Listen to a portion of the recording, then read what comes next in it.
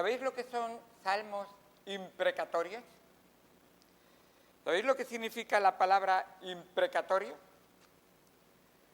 Son salmos que están pidiendo la venganza de Dios. Y algunos han tratado de decir, bueno, eso era en el Antiguo Testamento, en el Nuevo Testamento no es así. Bueno, algunos han tratado también de decir de que la revelación de la palabra de Dios es progresiva, por lo tanto eso ya queda en el pasado. Pero por supuesto la revelación de Dios no es solamente progresiva, sino es acumulativa y reiterativa de lo que dice la palabra de Dios.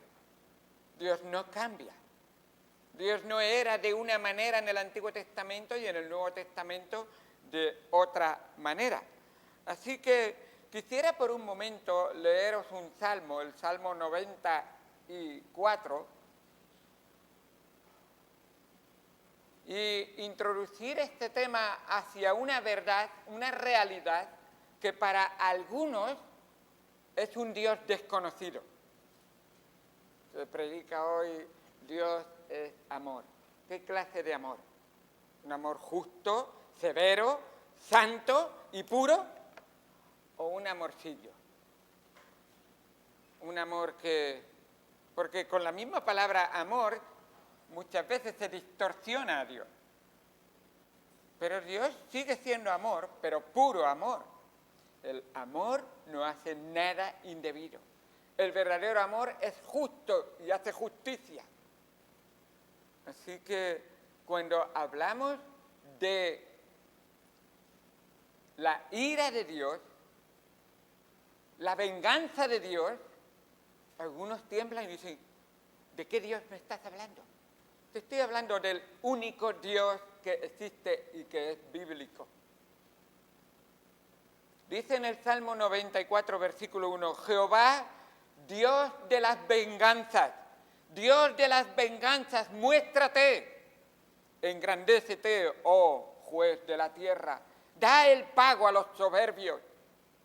¿Hasta cuándo los impíos? ¿Hasta cuándo, oh Jehová, se gozarán los impíos? ¿Hasta cuándo pronunciarán, hablarán cosas duras y se vanagloriarán todos los que hacen iniquidad? A tu pueblo, oh Jehová, quebrantan y a tu heredad afligen. A la viuda y al extranjero matan, a los huérfanos quitan la vida. Y dijeron, no verá Jehová, no verá Jah, ni entenderá el Dios de Jacob. Entended, necios del pueblo, y vosotros fatuos, ¿cuándo seréis sabios?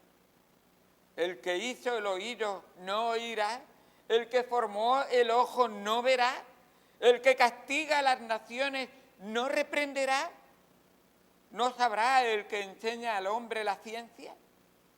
Jehová conoce los pensamientos de los hombres, que son vanidad. Bienaventurado el hombre a quien tú, Jah, corriges, y en tu ley los instruyes, para hacerle descansar en los días de aflicción, en tanto que para el impío se cava el hoyo. Porque no abandonará Jehová a su pueblo, ni desamparará a su heredad, sino que el juicio será vuelto a la justicia, y en pos de ella irán todos los restos de corazón. ¿Quién se levantará por mí contra los malignos? ¿Quién estará por mí contra los que hacen iniquidad? ¿No me ayudará Jehová? Si no me ayudara Jehová, pronto moraría mi alma en el silencio. Cuando yo decía, mi pie resbala, tu misericordia, oh Jehová, me sustentaba. En la multitud de mis pensamientos dentro de mí, tus consolaciones alegraban mi alma. ¿Se juntará contigo el trono de iniquidades? ¿Qué hace agravio bajo forma de ley? Se juntan contra la vida del justo y consideran la sangre inocente y condenan la sangre inocente. Mas Jehová me ha sido por refugio y mi Dios por roca de mi confianza. Y Él hará volver sobre ellos su iniquidad y los destruirá en su propia maldad. Los destruirá Jehová nuestro Dios. Un salmo imprecatorio es aquel que o pide venganza o realmente está imprecatorio, tiene que ver que está relacionado con aquello que está pidiendo justicia. Un salmo imprecatorio maldice a los que se oponen, van en contra o son apáticos a Dios y a su palabra. Así que hay muchos salmos, de hecho el Salmo 7, el Salmo 35, el Salmo 40, el Salmo 55, 58, 59, 69, 109, 137, 139, 144, el Salmo 79, el Salmo 64, todos ellos hablan de la venganza de Dios. Repito, de la venganza de Dios, no del hombre. Cuidado con autoengañarnos y hacernos creer que nosotros estamos puestos en lugar de Dios para hacer lo que Dios exclusivamente quiere y va a hacer, o Él es el único que puede. Así que cuando nos paramos un momento a pensar y a ver la historia, me llama mucho la atención la persecución en el mundo contra los cristianos que hay hoy en día. Tengo ahí detrás unos cuantos libros y tengo también unas estadísticas de las persecuciones que hay hoy en día, de las muertes que hubo el año pasado por causa de ser y profesar ser cristiano. Y sorprende realmente. Es aberrante y espeluznante. En África subsahariana, al menos 7 países se encuentran entre los peores de persecución de cristianos. 2 de cada 5 cristianos están siendo perseguidos en el planeta Tierra hoy en día. Así.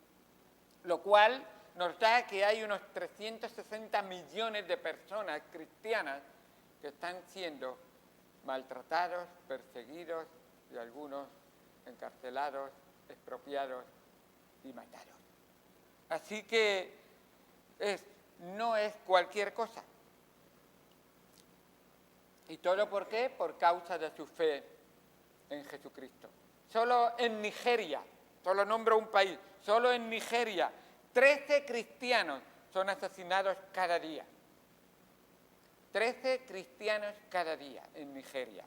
El año pasado, 4.745 cristianos en Nigeria fueron asesinados. Por opresión islámica. Y vemos ahí como los de Boko Haram destruían iglesias y quemaban pueblos enteros que se decían haber conocido a Cristo y entregado su vida a Cristo. Es muy sorprendente lo que ocurre hoy en día.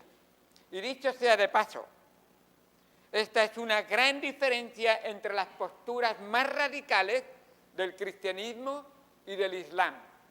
Escucha la gran diferencia entre las posturas radicales del cristianismo y del Islam.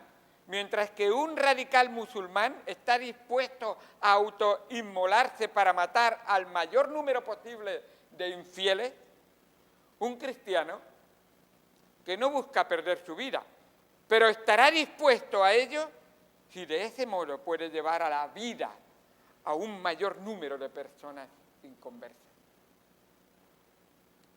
Quiero decir que hay misioneros cristianos que han estado dispuestos a entregar su vida por salvar el alma, no por matar, no por asesinar. Y esos son los extremistas. Espero que tú entiendas que dentro del cristianismo verdadero no hay extremistas. Hay verdaderos, íntegros y completos cristianos que aman y obedecen a su Señor. Y escuchan las palabras de Cristo y les dice, pero recibiréis el Espíritu Santo y recibiréis poder Y ese poder será para testificar, para predicar, para llevar el Evangelio a todo el mundo, a toda criatura, sea de la religión que sea de la nación que sea del color que sea, porque el amor de Cristo sobrepasa todas las barreras humanas. Cristo no quiere la muerte del impío, porque de tal manera amó Dios al mundo que ha dado a su Hijo unigénito, para que todo aquel que en Él cree no se pierda, mas tenga vida eterna. Y a veces terminamos ahí, y continúa diciendo el versículo número 17, porque no envió Dios a su Hijo al mundo para condenar al mundo, sino para que el mundo sea salvo por Él. Dios no quiere la condenación, ni del impío, pero que se arrepiente, que reconoce su pecado y que le reconoce a Él como Dios, Señor y Salvador de su vida. ¿Tú has creído en Jesucristo? ¿Has visto la obra de amor que Él ha hecho por ti? Cuando vemos estas estadísticas me quedo asustado. Corea del Norte, Somalia, Yemen, Eritrea, Libia, Nigeria, Pakistán, Irán, Afganistán, Sudán, India, Siria, Arabia Saudí, China incluso, Marruecos. No puede ser un cristiano verdadero y libre que lleva una Biblia bajo el brazo. En esos países eres despreciado, encarcelado y en algunos casos muerto incluso. Pero algunos dicen, ¿qué países más malos?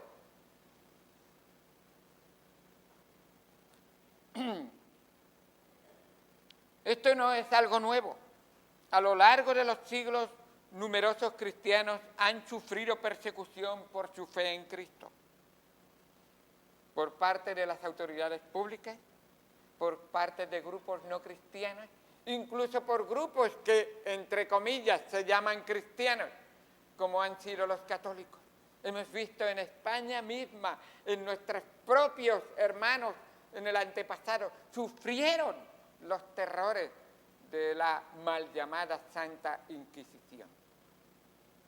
Se estima que en España, por la mal llamada Santa Inquisición, entre 21.000 y 290.000 personas fueron juzgadas por la Santa Inquisición, de los cuales quemados en hogueras fueron más de 3.000 protestantes.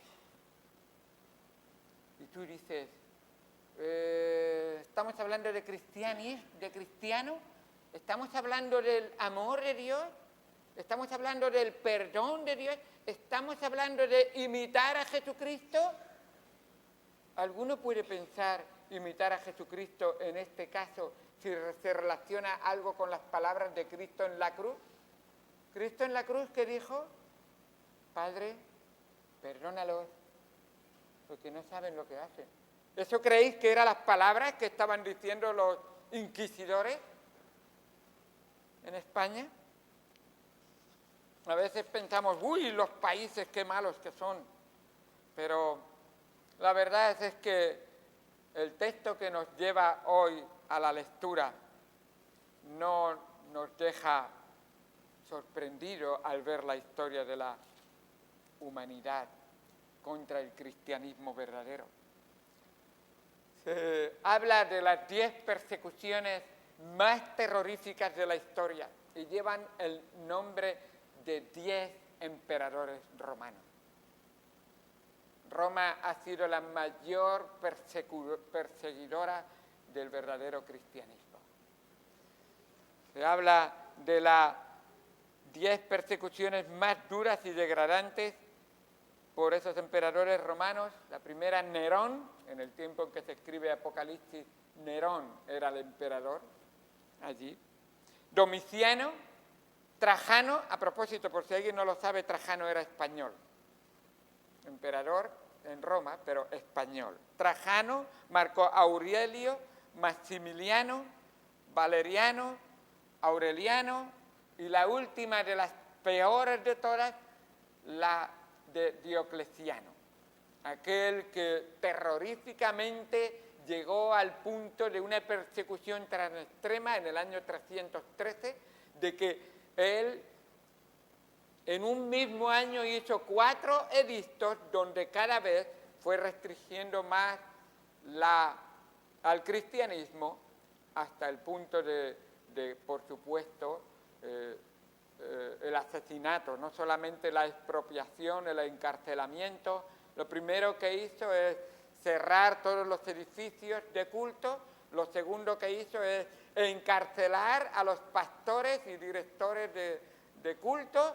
Lo tercero que hizo fue realmente entonces una persecución y encarcelar, y luego lo cuarto ya pena de muerte para todos, y así que todo aquel que se denominara cristiano y no adorara a la religión del Estado romano. Así que desde Hechos, que vemos la historia de los Hechos de los Apóstoles, Mateo, Marcos, Lucas, Juan, Hechos de los Apóstoles, la vida de los cristianos, de los primeros cristianos, desde Hechos, donde vemos persecuciones ya. A propósito, ¿te acordáis de cuál fue el primer perseguidor o inquisidor, podríamos llamar? Saulo de Tarso. Saulo de Tarso. Bien que se encargó. Pero él solamente fue uno que inició y muchos otros continuaron después de él. Por la gracia de Dios, él fue bajado de su caballo y convertido y entregado en las manos del Señor Jesucristo. Pero todas esas almas, a través de toda la historia, se encuentran en este momento, todas esas almas que son mártires, que han testificado y hablado de Cristo, se encuentran en este momento en el quinto sello. Hemos visto primer sello, segundo sello, tercero y cuarto sello, los 4 jinetes del Apocalipsis, y ahora estamos en el quinto sello del libro que se va a abrir, y al verlo, Dios traslada a Juan, o la vista de Juan, desde la tierra al cielo. Y estando en el cielo, ve un altar, y debajo del altar encuentra algo muy llamativo para él. Vamos a Apocalipsis, capítulo número 6, por favor, versículos 9 al 11. Apocalipsis, capítulo número 6, versículos 9 al 11. Dice así: cuando abrió el quinto sello, vi bajo el altar las almas de los que habían sido muertos por causa de la palabra de Dios y por el testimonio que tenían. Y clamaban a gran voz diciendo: ¿hasta cuándo, Señor santo y verdadero, no juzgas y vengas nuestra sangre de los que moran en la tierra? Y se les dieron vestiduras blancas, y se les dijo que descansasen todavía un poco de tiempo, hasta que se completara el número de sus consiervos y sus hermanos, que también habían de ser muertos como ellos. Pedimos que el Señor bendiga el estudio de su palabra, y vamos a avanzar para no cortar el tiempo. Vemos aquí 3 cosas importantes. En primer lugar, vemos las personas que están bajo el altar. En segundo lugar, vemos las peticiones que hacen esas personas. Y en tercer lugar, vemos las promesas que reciben esas personas. ¡Qué bendición al leer este texto! Pero al mismo tiempo quedamos un poco parados, boquiabiertos. ¿Estos que han muerto por Cristo? ¿Estos que sus vidas están sufriendo? ¿Cómo es posible? Aquí que vemos en este quinto sello que nos traslada de nuevo al cielo, las almas de los mártires oran a Dios pidiendo venganza. No en vano, la venganza es una realidad que Dios dice que va a ejecutar. pero que no corresponde a los hombres, que solamente corresponde a Dios. Porque en la ira de los hombres no opera la justicia de Dios, ni obra la justicia de Dios. Es Dios el único que es justo y es el único que es capaz y puede y debe hacer justicia. Los injustos harán injusticias cuando traten de juzgar a otros, a menos que sea la palabra de Dios que nos juzga a todos. Así que, ¿os acordáis de Abel? La sangre de Abel clama venganza, porque fue derramada sobre el suelo cuando era inocente. Y a través de la historia de toda la Biblia, pero de toda la humanidad, las sangres que han sido derramadas inocentemente un día serán juzgadas.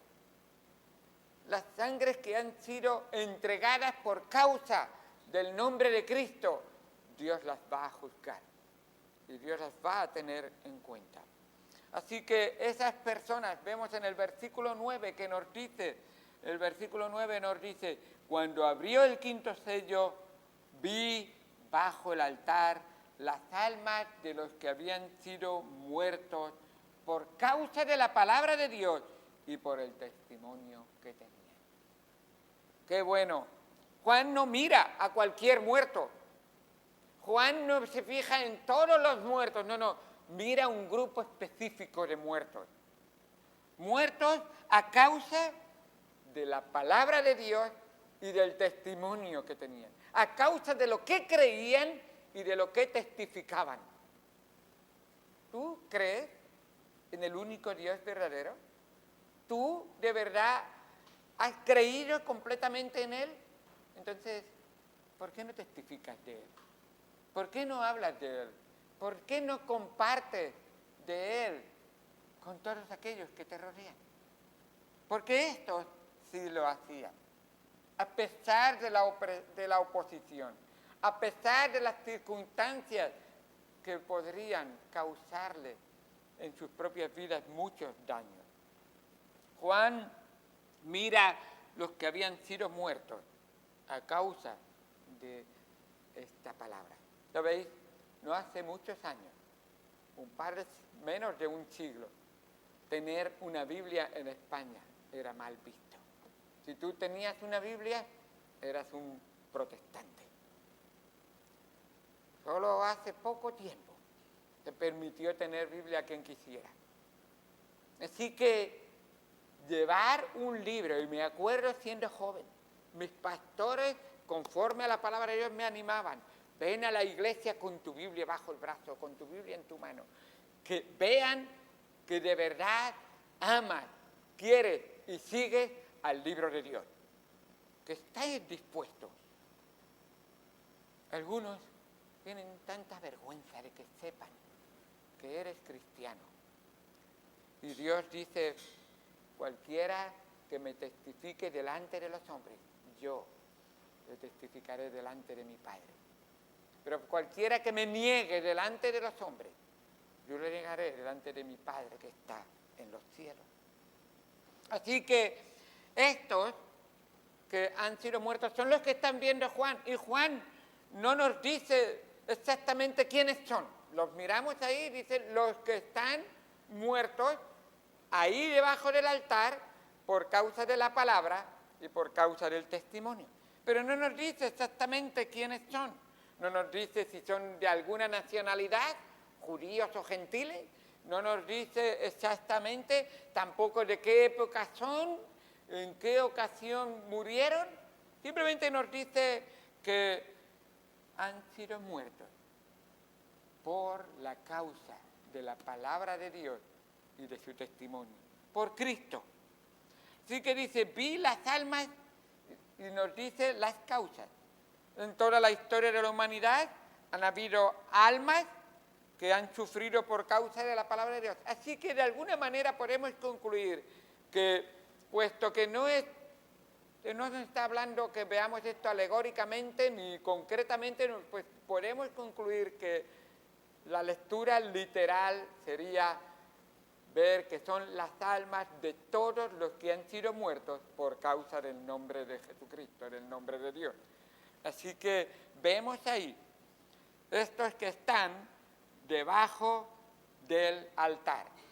Podrían ser Abel, podría ser Esteban, podría ser Juan el Bautista, todos esos que han sido muertos por causa del nombre de Cristo, del nombre de Dios. Podría ser Isaías.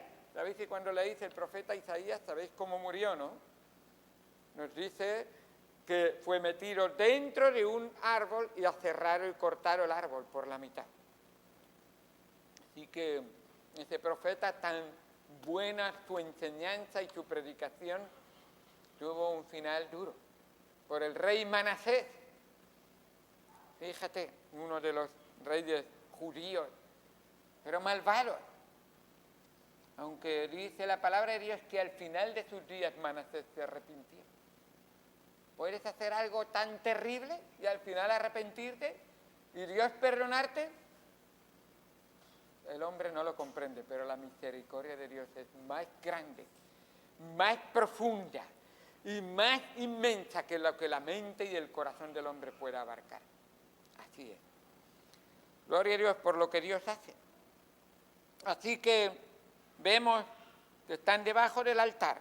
Jesucristo nos advirtió que los que le seguimos seremos sometidos a persecución. Un pasaje paralelo con lo que estamos leyendo en Apocalipsis lo reveló el Señor Jesucristo en Mateo 24 antes de ser crucificado y ascender, ser muerto, resucitar y ascender al cielo. Así que en Mateo 24, versículo 9 dice: entonces os entregarán a tribulación y os matarán y seréis aborrecidos de todas las gentes por causa de mi nombre. Muchos tropezarán entonces y se entregarán unos a otros y unos a otros se aborrecerán. Así pasará en la tribulación, que unos entregarán a otros.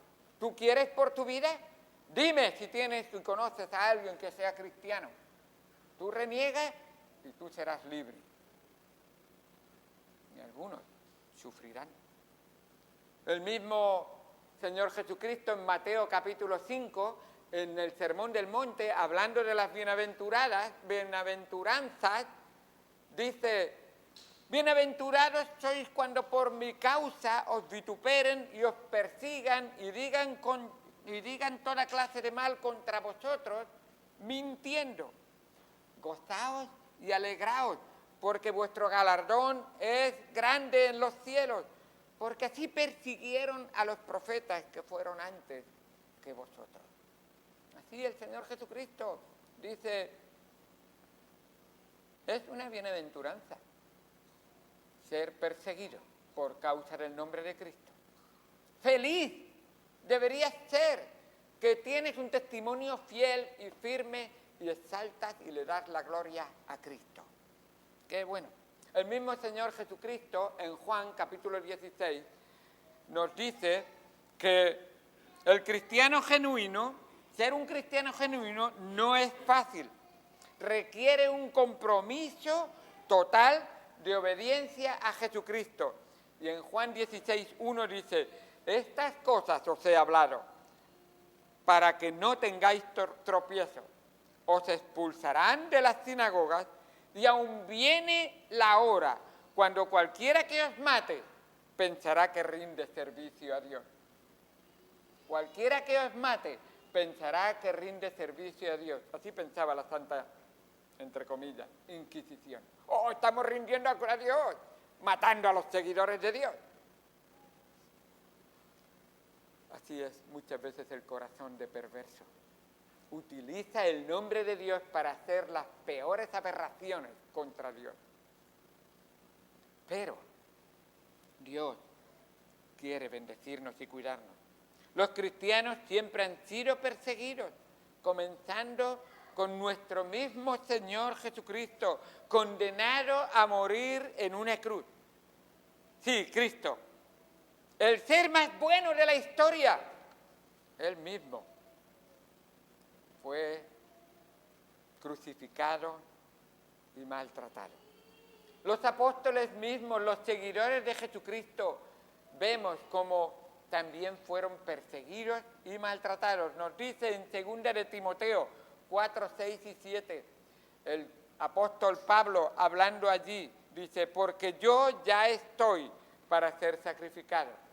¿Y por qué dice esto? Porque una gran persecución se había desatado en el tiempo de Nerón, y él lo veía venir. Y el tiempo de mi partida está cercano.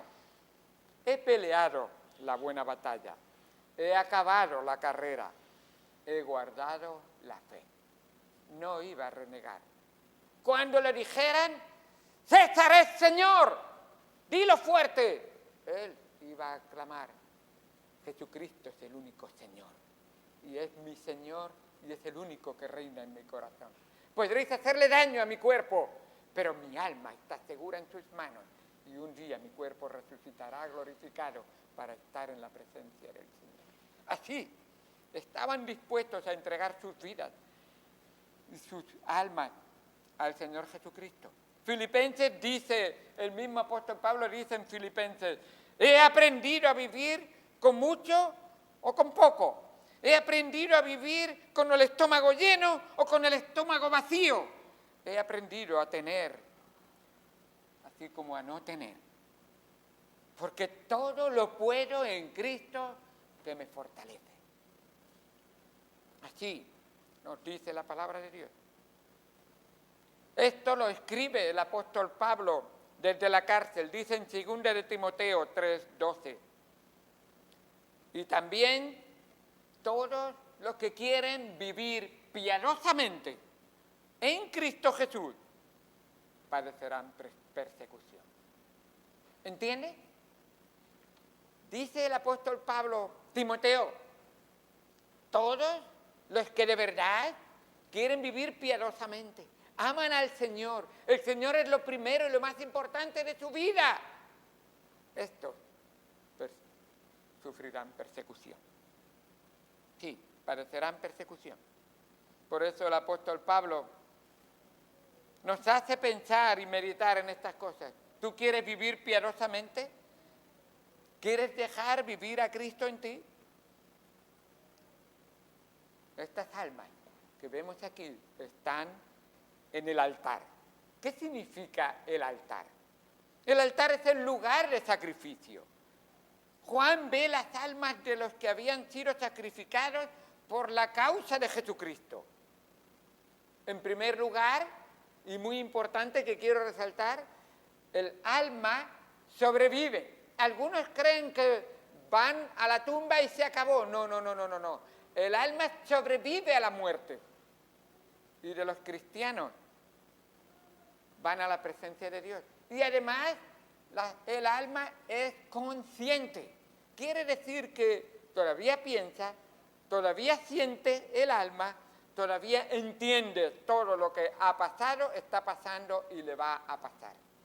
Así que dice el apóstol Pablo, para aclarar este tema, en Filipenses 1, 21 a 23. Dice, porque para mí el vivir es Cristo y el morir ganancia. Ahora dice Pablo, explícame el morir, porque si sobrevive el alma, explícamelo. Y el alma es consciente, y él dice, mas si el vivir en la carne, para aclararlo, resulta para mí en beneficio de la obra, claro, si te queda en la carne, él va a seguir predicando y testificando. No sé entonces qué escoger, porque de ambas cosas estoy puesto en estrecho, teniendo deseo de partir y estar con Cristo, lo cual es mucho mejor. Cuando hoy estoy con Cristo en su presencia, disfrutando de Él y de su palabra. Así que Él nos aclara que después de la muerte el alma sobrevive y además está consciente. Pablo sabía que en la hora de su muerte iría con Cristo.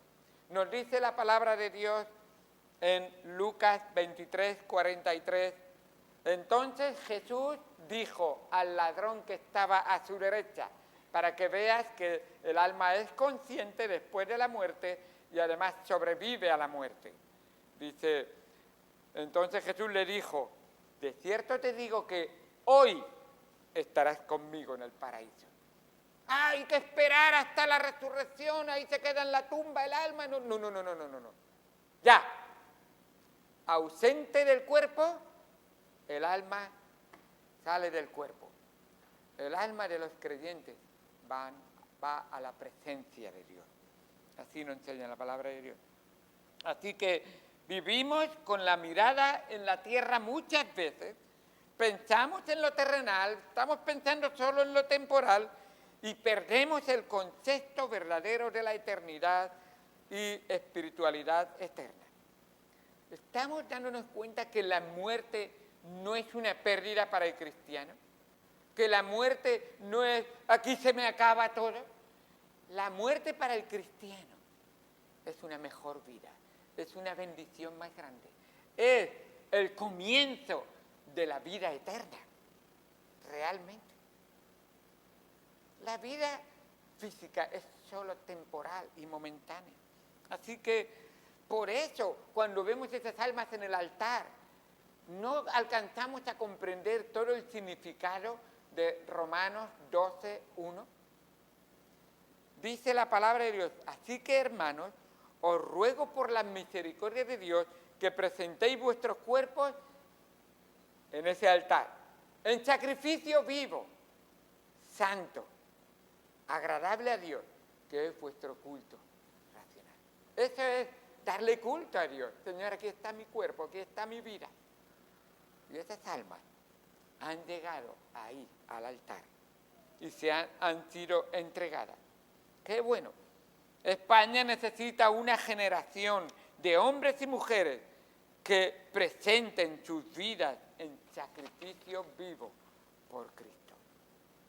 Ahora vemos rápidamente esa petición que ellos hacen. Dice en el versículo número 10, y clamaban a gran voz diciendo, ¿hasta cuándo? Y 3 atributos de Dios.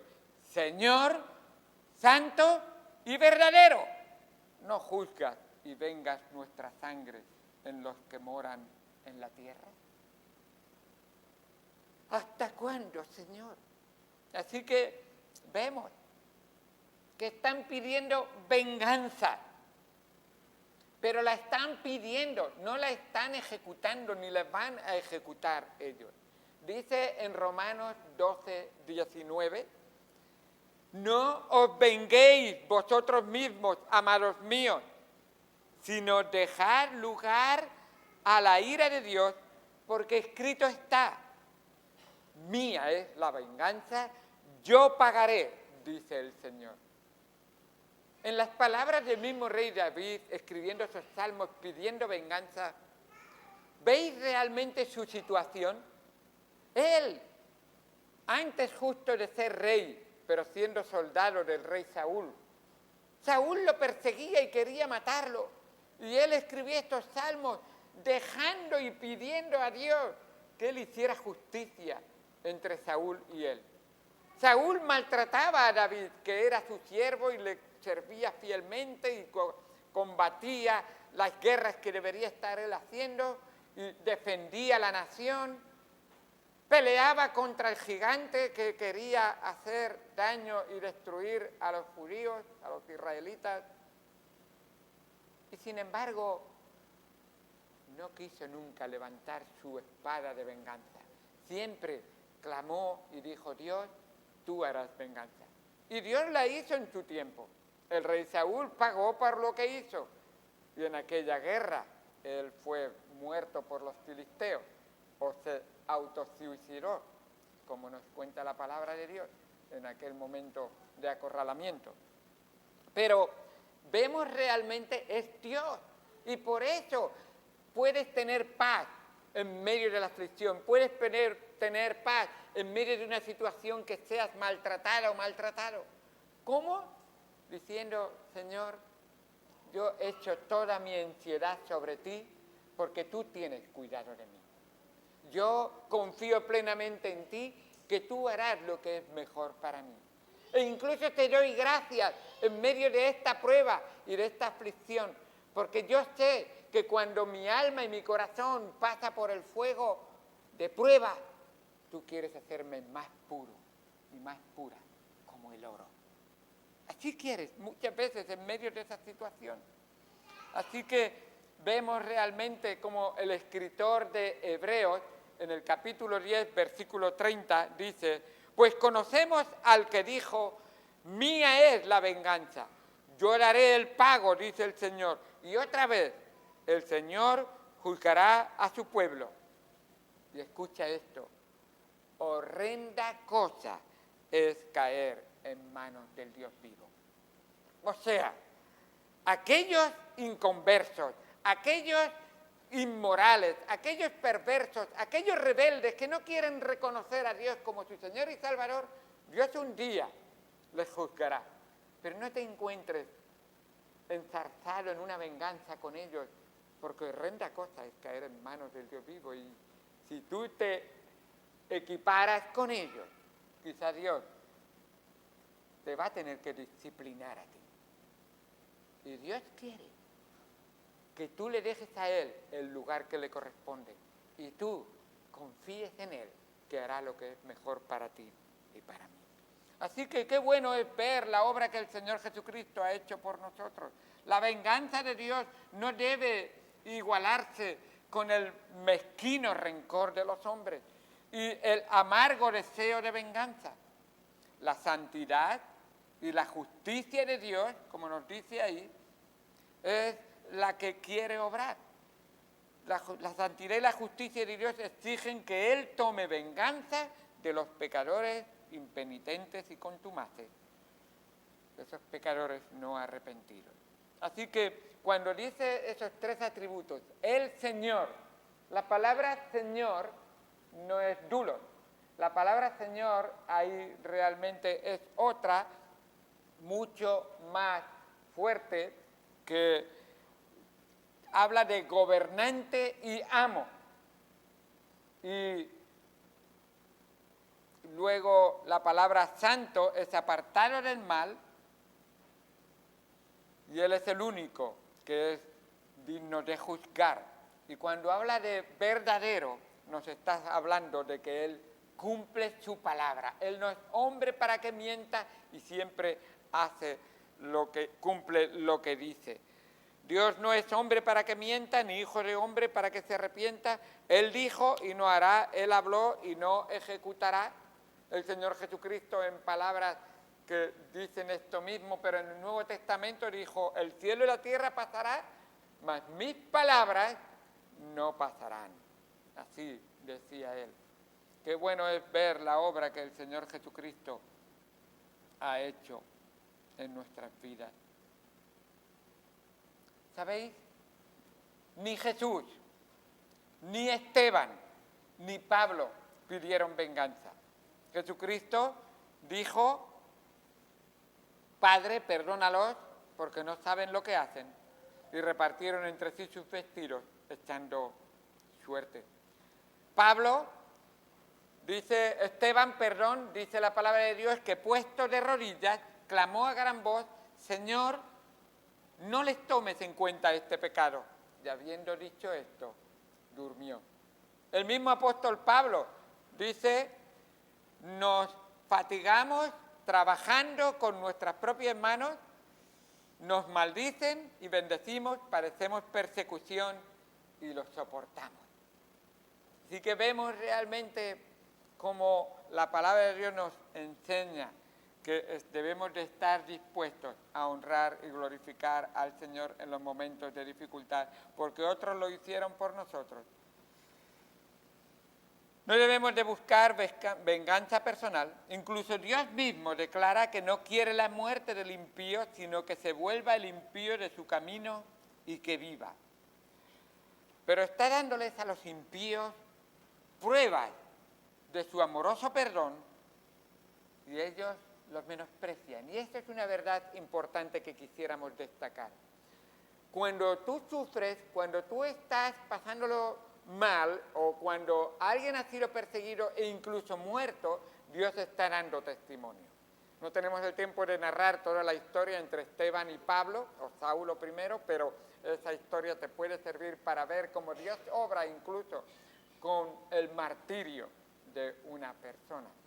Pero dice la palabra de Dios que en cuanto al hombre impío, Dios está dándole pruebas irrefutables de que Él es Dios, de que Él es Dios, de que el pecador es pecador y necesita arrepentirse, y de que está atesorando para sí ira para el día de la ira. Dice en Romanos 2:4, o menosprecias las riquezas de su benignidad, paciencia y longanimidad, ignorando que su benignidad te guía al arrepentimiento. Pero por tu dureza y por tu corazón no arrepentido, atesoras para ti ira para el día de la ira y de la revelación del justo juicio de Dios, el cual pagará a cada uno conforme a sus obras. Vida eterna a los que perseverando en bien hacer buscan gloria y honra e inmortalidad, pero ira y enojo a los que son contenciosos y no obedecen a la verdad, sino que obedecen a la injusticia. Tribulación y angustia sobre todo ser humano que hace lo malo, el judío primeramente y también el griego. Así que en esto vemos realmente cómo Dios quiere alcanzar al pecador incluso a través de las pruebas, de las dificultades y de los que somos maltratados por causa del nombre de Cristo. Pero Dios tiene una promesa muy bonita aquí para ellos. Y aunque sea solamente mencionarla, esa promesa tan grande y tan bonita que nos dice en el versículo 11, y se les dieron vestiduras blancas, y se les dijo que descansasen todavía un poco de tiempo hasta que se completara el número de sus consiervos y sus hermanos, que también habían de ser muertos como ellos. ¿Crees que eres el único que ha sufrido? ¿Crees que fueron los únicos que sufrieron los del pasado? Sufrirán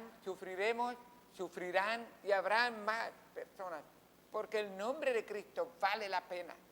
La vida no es nada comparado con la obra que Cristo hizo por nosotros.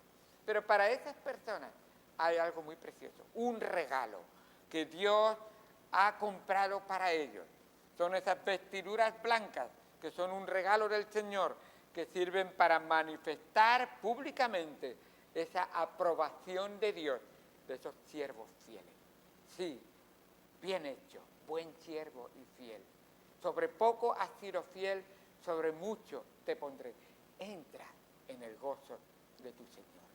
Qué bendición tan grande ver que esa fidelidad es total. Y luego les dice que descansen. La palabra descanso es maravillosa, porque en la presencia de Dios no hay otra cosa que descanso. En las palabras de Dios para el Hijo de Dios no hay otra cosa que esa compasión que Dios tiene, porque Dios permite que las almas sufran algunas veces. Una de las razones por las que Dios permite que los cristianos sufran es para dar oportunidad a aquellos que tienen